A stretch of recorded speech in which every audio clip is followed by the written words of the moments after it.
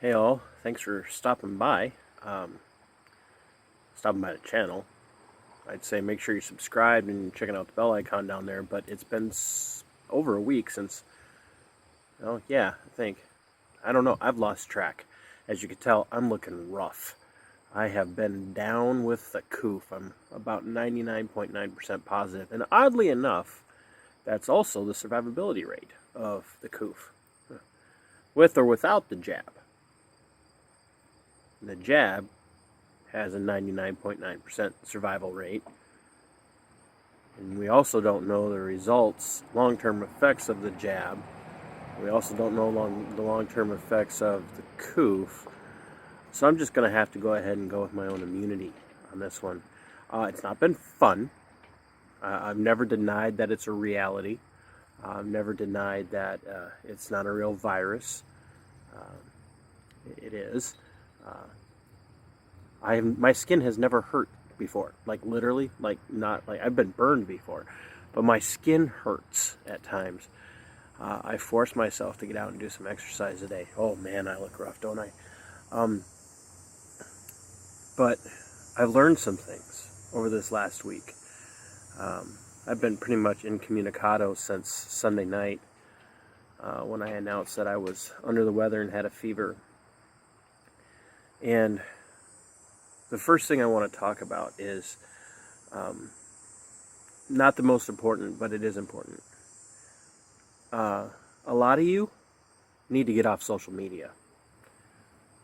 A lot of you, I have so much respect for so many of you, but a lot of you need to learn how to communicate. Like, I've been scrolling through my feed, and you say some of the most asinine, non sequitur things that I have ever seen when you're addressing issues. Like, some of you really know how to address the public servants that need to be held accountable. You know how to ask the right things. But some of you just say the most asinine, ill-informed, uneducated, moronic things that absolutely do nothing but harm to the cause of the patriot movement, of the constitutionalists in the United States, especially here in Minnesota. The way you ask questions that have absolutely nothing to do with the content of the post, like, you want to label your opponent's ideological position, label it. You want to label your opponent as a Marxist, label it. Label them that way. You want to label them as dangerous, do that. But some of just the weird name calling, what the actual Fauci are you talking about? Like, I've been watching this go on for a week. Some of you just get off of Facebook, get off of Twitter, get off of social media, period, until you learn how to put together tangible thoughts. Like, I've been sick with a fever, and I'm looking at these things going, well, even with a fever, I'm over here going, no, shut up, please, don't talk, don't speak for us anymore. All right.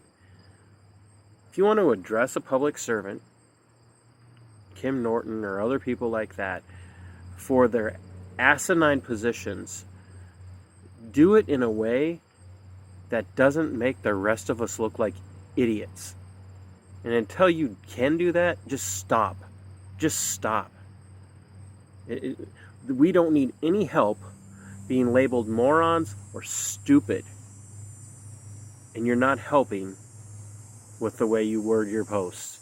It's just, or have somebody proofread them. Could you find somebody who cares about you enough to proofread the crap that you put out?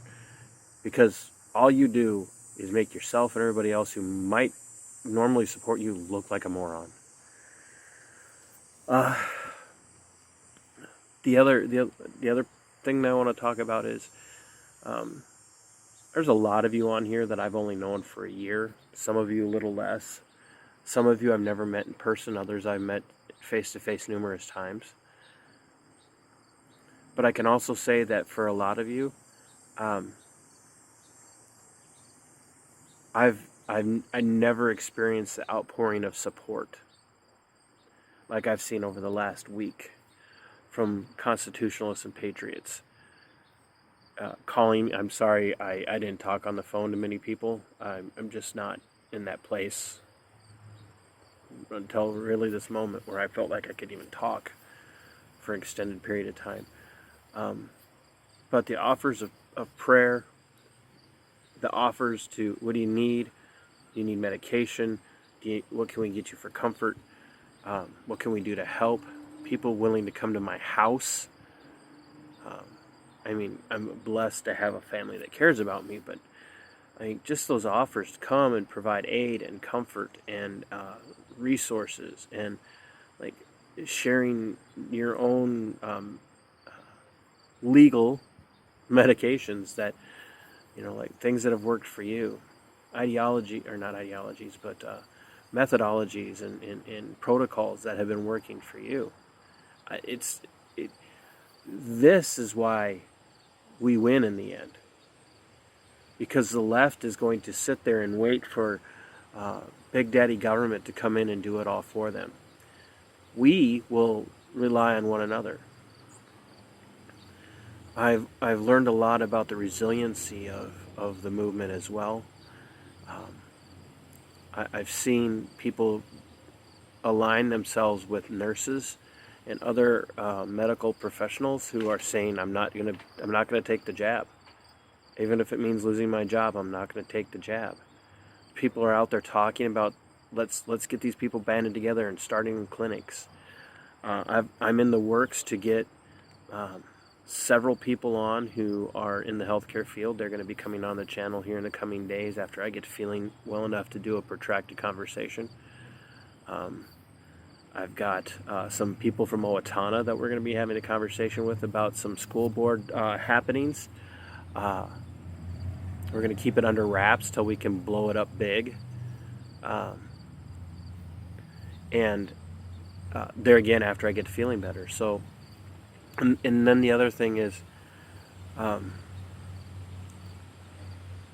we've got to start getting people on board with the idea of mass resistance. Not advocating for violence, not advocating for initiating force, but it's really time for us to start talking about mass resistance, scheduling protests in cities and counties. I don't care if it's Rochester and Olmsted County. I don't care if it's Fillmore County and Preston. I don't care if it's Austin or Albert Lee or Owatonna or Blooming Prairie or Northfield or where it is. We need to be going. We need to be protesting. We need to be filling the streets. If the leftists can do it and do it violently, we can do it peacefully and with respect. Once again, I'm on the mend. I'm getting better. I did some yard work therapy today. It killed me.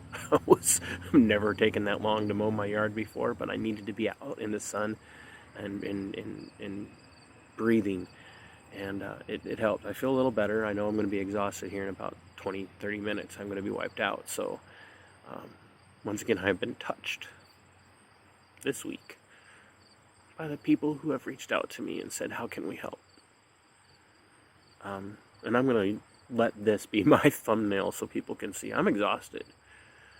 I'm not downplaying that it's real what people are experiencing. I'm just downplaying the fact that it's this dangerous, deadly thing that the government has to strip us of our liberties to protect us from. Don't kid yourselves, modern America. You're no better than the German people during the Third Reich. You are being easily duped because you want to be protected from something that you see as a threat.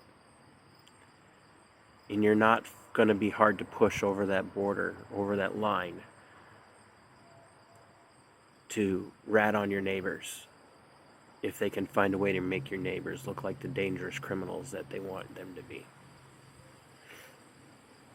Everybody that's been there for me this last week especially, I love you.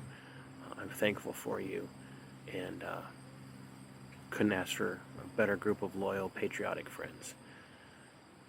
So, thanks. Until next time, Sic Semper Tyrannis.